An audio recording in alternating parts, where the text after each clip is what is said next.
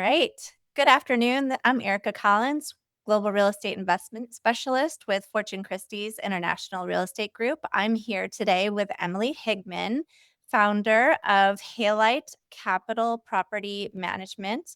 And I love connecting with other people in my industry that can help give value to my clients. And so today I wanted to just have a great casual conversation with Emily. She is overseeing multiple properties to include some international properties. And I think that's something that a lot of people aren't aware of that is a possibility. You always want to come here and buy properties in the United States and rent them out. But did you know that you also could have a property manager for your overseas property? So, welcome to you, Emily. And I'm excited to share all about you and how we can work as a team to bring value and success to our clients and increase their revenue. Thank you so much for having me. You're welcome. I appreciate you coming on. Thank you.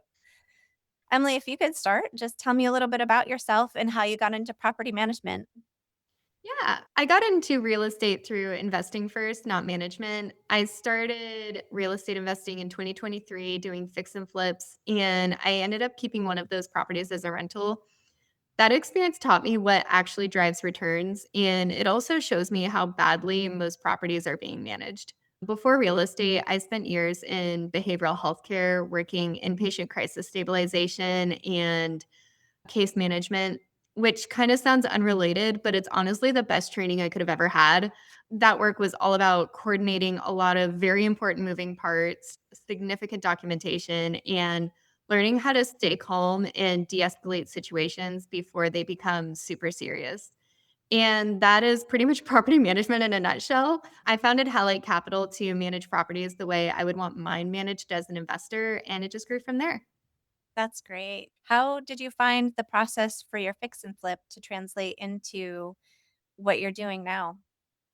Doing fix and flips taught me a lot about how to evaluate a deal, making sure that the numbers pan out and retaining as a rental. You want to make sure that your financing doesn't really interrupt your cash flow, making sure that your cap rate is above your interest rate, making sure that your monthly debt service is below your operating income, and all of that, and how that ties into the value of your property as well. Yeah, for sure. I know a lot of people will get into an investment property and find that they're not going to make enough to cover their monthly expenses. And so that can be a huge problem for people. How can you help ensure that people are making enough on their rental before they go to closing? So we would start by pulling comps on other properties and seeing what the market rate is for those rents for long term rentals. And we do pretty much the same thing for short term rentals, just seeing what similar properties are generating and going from there, making sure the properties are in similar condition, all of that. Yeah. I know there's a program out there called AirDNA that helps people like us figure out the nightly rentals on Airbnbs. And so that can always be part of the tool process in the evaluations. Absolutely. I do find Air DNA to be a little limited, especially when you're dealing with exceptional real estate, as I like to manage properties that are definitely just out of the ordinary, something that's really marketable, ideally can outperform the market. Yeah, Yeah. absolutely. What do you see? You like to play in the luxury market. What do you see the difference between the rental rates for just a regular one night stay kind of place versus a luxury property? Luxury properties right now are generating way more returns than your everyday home. So when people are asking me, Emily, I want to buy an Airbnb, I'm like, go big or go home because the market for your average 3-2 ranches and stuff like that is completely oversaturated. And you're seeing a decrease in returns right now for those properties. And that is globally, actually. But what we are seeing is that luxury market is still performing and still going strong. When you buy a property, you have to think, can I Instagram this? Would I watch videos of this property on TikTok? Like, is this brandable? Right. Yeah. And those properties are consistently doing well. Yeah, people typically go on vacation for an experience that they're not having during their regular scheduled work week, so it's always important to have something that makes them feel like this was worth all the hard work I did. So that's awesome that Absolutely. yeah, Miami, I would say too, we're seeing a lot more high-end opportunities down here, especially with the influx of money that's coming in from not only the United States, but all over the world. So it's pretty exciting. So you had a really exciting opportunity. You started out in the domestic US with property management, and now you have reached all the way out to Morocco for your property managing. Can you tell us more about Morocco and what it's like running an Airbnb there? It's really exciting, honestly. It's such a wonderful opportunity. So, this is a 7 bedroom, 9 bathroom luxury villa 20 minutes outside of the Medina in Marrakesh. And the owners are just super awesome and down to earth people. And the process has been very educational. Now I am set up to run a lot of international short-term rentals. Everything you take for granted domestically, from banking to contracts to vendor relationships, works completely different abroad. And so the biggest lesson so far has just been like doing your due diligence. I think we spent 2 to 4 months in due diligence before signing our contract, identifying local counsel, making sure taxes were structured correctly, but it has honestly been very fun and very rewarding, and I'm really excited to continue to get this off the ground. So something that's very parallel with what you're doing compared to what I do with international sales is you have to have a team, whether you're buying in the United States as a foreign national or buying outside of the United States as someone leaving the country or buying a second home. It takes an entire team of people. You need to have tax accountants, maybe immigration attorneys, tax attorneys to help with the international tax laws that we have, and especially when you have a managed property, you need to have a qualified, reliable team to take care of that property. What do you do if you have an Airbnb client in there and they call and say, "Hey, the plumbing's out." What do you do in that So situation? we actually have boots on the ground. We have an awesome team in place in Morocco. We have a house manager that does all of the maintenance coordination and vendor coordination. We have in-house housekeeping, landscapers, and the whole development is guarded and gated. So, the on-ground execution is just phenomenal. They have such a great local team, and that is why I'm able to manage it, honestly. Absolutely. It's really a standard that you're gonna have to have no matter where you go, so people can have a top quality experience, especially in the luxury market. Absolutely. In the international luxury space, high level execution is so important because when people are paying for a service and product at a certain price point, high level execution is just so important to ensure guest satisfaction. And that's a standard I would want to have across all properties, to be honest. That's definitely very important, and something that you said to me on a different conversation we had also parallels with what I do. So you, with your Airbnbs, you offer a full concierge, like white glove service. You are able to connect people in the area to different opportunities. Can you tell us a little bit more about that? Absolutely. So we are definitely executing high level concierge, white glove property management with our luxury Airbnbs, both domestically and internationally. A great example of that is we are currently booking a corporate retreat at this property. And we are going to have a private chef with a curated menu. Whatever you really need, we can get for you, whether that be like quartz bowls for a sound bath, a camel ride in the Sahara, a hiking expedition, a guide into the Medina, Moroccan beauty products, right? All of that stuff. So, for the most part, if you can think it, we can probably make it happen. Yeah, that's really awesome, and that really makes a valuable trip. I went to Tulum last year and had a really wonderful women's retreat time, and one of the services that they were able to offer me was a pickup from the airport by a trusted, vetted secure driver. And that took so much weight off my shoulders because I got picked up at the airport. I already knew what his picture looked like. So when I saw him, I knew I was okay because I traveled alone. I was made Mhm. a group there. And so to have that simple service, it wasn't even expensive. It was like $60 each way. And stuff like that just made my experience so much better because renting a car, driving in another country, there's so much that it adds stress to your mind and takes away from your vacation a little bit. So those things really help add to the benefit of a vacation. So that's really cool. Absolutely. And also, there is always the option to rent a car, but driving in a foreign country can just be a little stressful, not knowing what to expect. Like, what are traffic patterns like? What are other drivers like? What side of the road do we drive on? Yeah, You can't even exactly. really think about till you get there. Yeah. It's so much Oh, easier to have someone pick you up. yeah, That is 1,000%. That is something we're actually including for every stay. So every person that books this villa gets round trip airport transfer and private chef services. Very nice. Oh, I'm Yeah. gonna book here pretty soon. So I'd love to go over there. So let's go into the weeds a little bit with buying an international property. What are the biggest mistakes people do when they're considering buying an Airbnb property, whether it be here in the United States or internationally?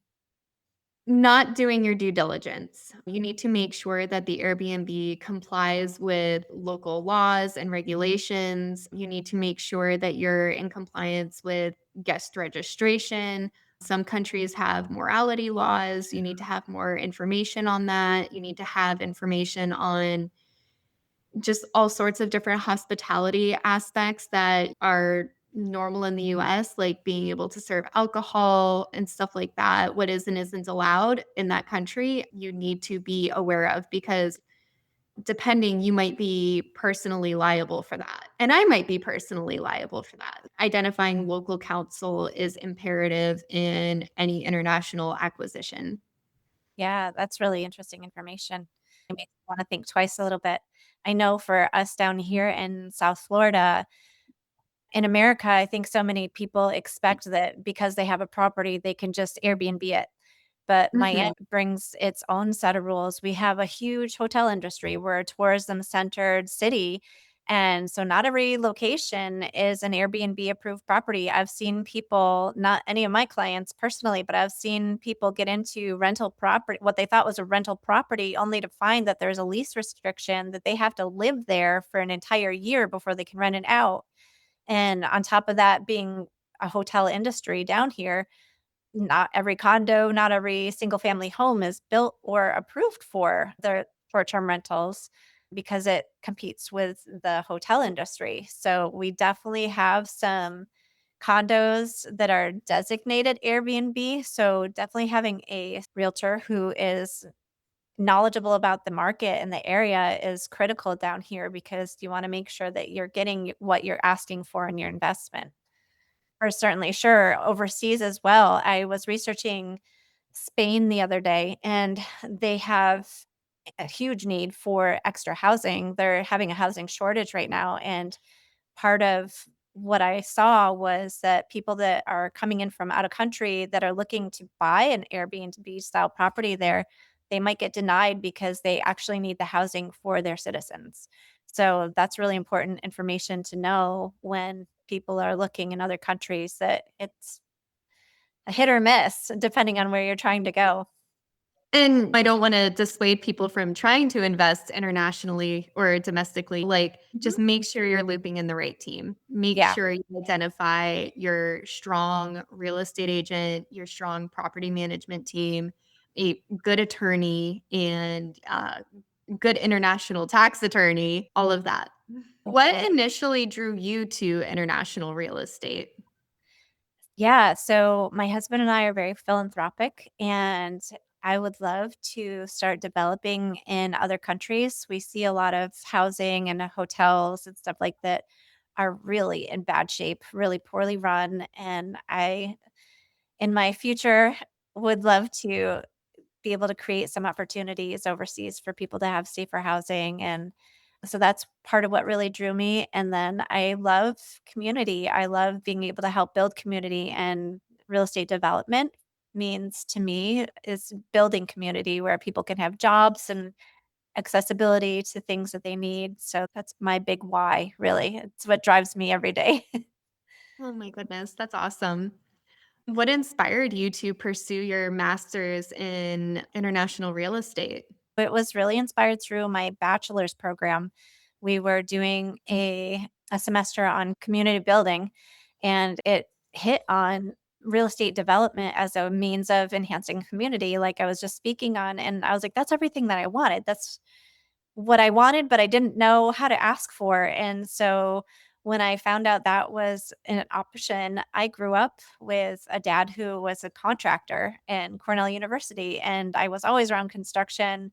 I like to say sawdust makes me smile. And so it just felt like a natural progression. I always wanted to fix and flip and get into stuff like that on my own. And then so I was just like, why don't I just do this for my career? I raised my kids, and so now it's my time to get out there and play in the world. So this is what I chose, and I absolutely love it. Oh, I love that. That's Thank you. so fun. Fix and flips are really fun. Yeah. Yeah. And they give you a totally different perspective on real estate when you've been behind the studs. You Yeah. can walk into a room and know exactly what's going right and what's going wrong. Yeah, exactly. I love walking with some of my investors through foreclosure properties that are horrible. Just they Mm. need to be torn down, and we'll walk through and start daydreaming. It's like, "Okay, this could be this." That to me is a lot of fun. Oh, yeah. Yeah, So much fun. I love the creative side of fix and flips. Yeah. for sure, for sure. What trends are you seeing today that you believe will shape the future of international luxury real estate over the next decade? Yeah. That's a really good question. I think right now, with so much global conflict, it's reshaping where people are considering investing. It's really important to be careful with politics, which nobody ever wants to talk about religion or politics, but in real estate, it Mhm. actually has to become part of the equation. We've seen people like looking at different parts of Mexico, and it's just not safe in some places. And so investing in places that are gonna suit the lifestyle that you want to have. It's really important to really just sit down with yourself and think, "Where do I wanna be? What do I want my lifestyle to look like?" And then start researching from there. I think that's gonna be the biggest move factor for a lot of people. Cost affordability, definitely. I know Belize has been a hot spot for Americans to go invest. Their cost of living there is about half of what it is here per dollar, Mm. and so they can stretch their dollar a lot farther. It's really an upcoming kind of place, and it's just south of Tulum, which is another really great tourist spot. Just identifying where do you wanna be really is what's gonna Right. and then, of course, for people coming into the domestic US from other countries, we tend to be a safe investment country. So when the dollar in other countries is fluctuating or having crisis, people tend to park their money in real estate in Miami. So that's why another reason why I started to do the international, it just made sense, especially living in an international city. People love Spain right now, but Spain is really expensive. Yeah. I have an owner right now who is Airbnb out their property here, and they're moving to Panama because Panama actually has some incredible retirement benefits, Yeah. and they help with relocating expenses. So it was just a no-brainer for them. They were like, "Yeah, let's go retire in luxury in Central America and then keep my property here as an investment." Of course. Yeah. Yeah, Panama, you can get a lot of land for not a lot of money. It's pretty impressive. In your experience, what separates truly exceptional luxury real estate from something that is just simply expensive? And luxury are 2 different things. Luxury is about a lifestyle, it's about a community, it's about the embodiment of the building, whereas Mhm. expensive is to me, that sounds just irresponsible. Just, thinking back to 2022 when everybody was going crazy buying properties because they felt the scarcity to spend the $100,000 over asking just because you wanted to have it, that's expensive, and because Yeah. I'm seeing a lot of those people going under on their property values now because of the softening of the market. And so I think luxury to me, it's a lifestyle. It's not just about a high-end property. To somebody, a luxury property to them could be having their first home. Maybe they're the first person in their family to own a home, or luxury could be owning a multi-million dollar property. It Yeah. depends. Mhm.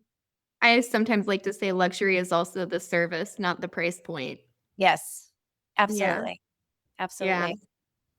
For investors looking to purchase a property internationally, what are the Mhm. biggest misconceptions they have before buying abroad? I think one of the first ones would be that buying a property internationally does not guarantee you citizenship.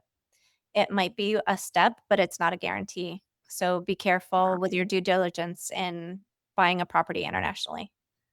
Wow. Yeah. Yeah. Do you think culture influences the way luxury real estate transactions are negotiated in different parts of the world? Absolutely. Absolutely. Every culture has their own negotiating style, and some is relational, some is just numbers driven. Yeah, absolutely, and there's a really great book called Kiss, Bow, Shake Hands, and it's a cultural book where you can look up by country, how each country how you should behave in each country and how you can interact with other people from that country so that you are being careful to their standards and their culture so you're not offending them. There's so many rules for different places, so it's really important to, like you say, do your due diligence and make sure when you're negotiating or doing any kind of business with any country, know the rules of engagement.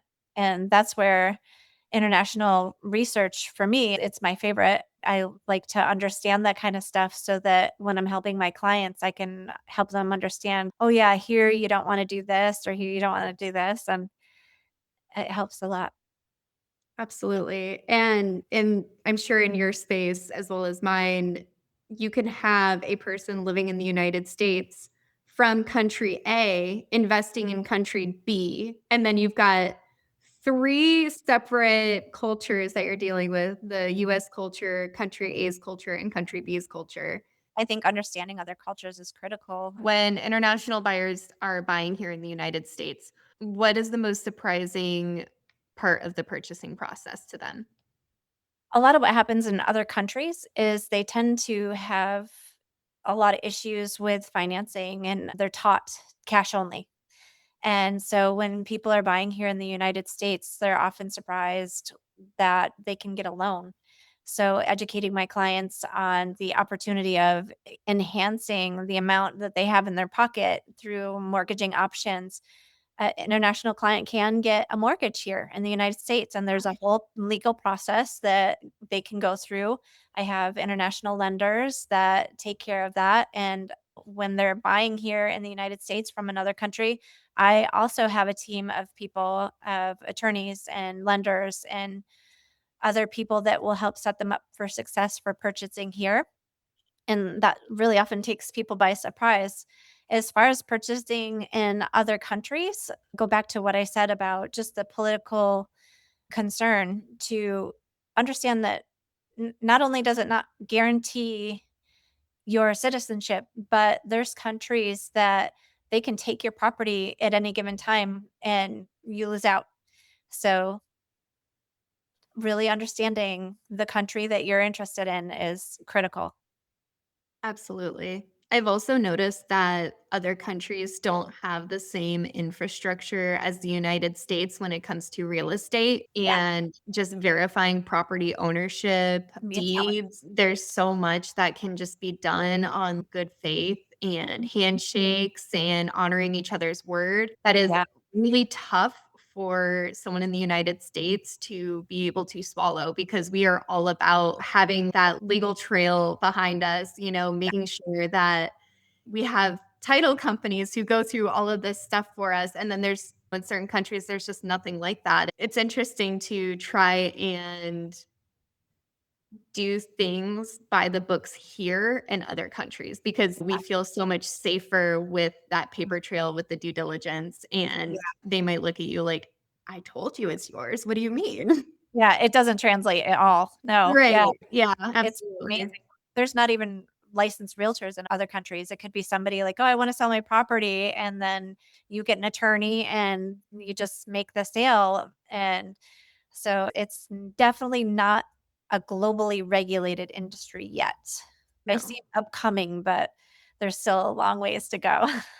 In the United States, when I'm taking on a property, I verify property ownership, right? Because I don't want to be fraudulently marketing and renting out a property that doesn't belong to this person, right? Yeah. And I was doing my due diligence with a property in a different country, and I had called up their local government because their online portal was down, and I went to verify property ownership, and there was a little bit of a language barrier, but he spoke enough English, and I was like, "So, does this property belong to so and can you just verify, and is it just land ownership, or do they also own the building itself?" And the guy was just like, "Oh, yeah," and I'm like, "I have no faith you looked that up." Like, Yeah. I have no faith you just know this off the top of your head, Yeah. but that was just the way that it operated over there, and I have to have faith. Yeah. With documenting that I've done, the different avenues of due diligence here and just am hitting a wall, and I just have to document that and just be like, "I guess we're moving forward now." And Yeah. there's a level of discomfort with that, just being here and just Yeah. having everything readily available on the property appraiser's website. Oh, yep, that's that. So valuable here. Although I do find a lot redacted. That Redacted owned under LLCs and LLCs owned under other LLCs and having to ask the property owners outright for verification, but yeah. Or then whatever, you they're always willing to provide it. and then you Yeah. get into the smaller towns and they don't even have online information yet. It's like, gosh, it makes it challenging. Tell me something about yourself that would be fun for us to know about you. I am also really into staging Airbnbs. I find it so fun. I love the creative freedom with it. I have a really good eye for it as well. So I love nothing more than taking an empty property and just making it absolutely beautiful. Yeah. The creative side of you comes out. And the creative side also comes out with the direct booking website that I create for my owners and, just getting to be creative with that. What about Yeah. you? Me? Okay, so I love paddleboarding. I'm actually going out with some friends tomorrow. It looks like it's going to be good weather. That's one of my favorite downtime things to do, especially when the weather's nice. Go do some manatee searching and Oh my goodness. yeah. That's exciting. Do you find a lot of really cool wildlife when you're paddleboarding? Yeah, often. I always love to see the turtles. One time I saw the brightest orange starfish. I Oh it my was goodness. amazing. I like to watch around for the stingrays, and it's just my total zen space being on the ocean.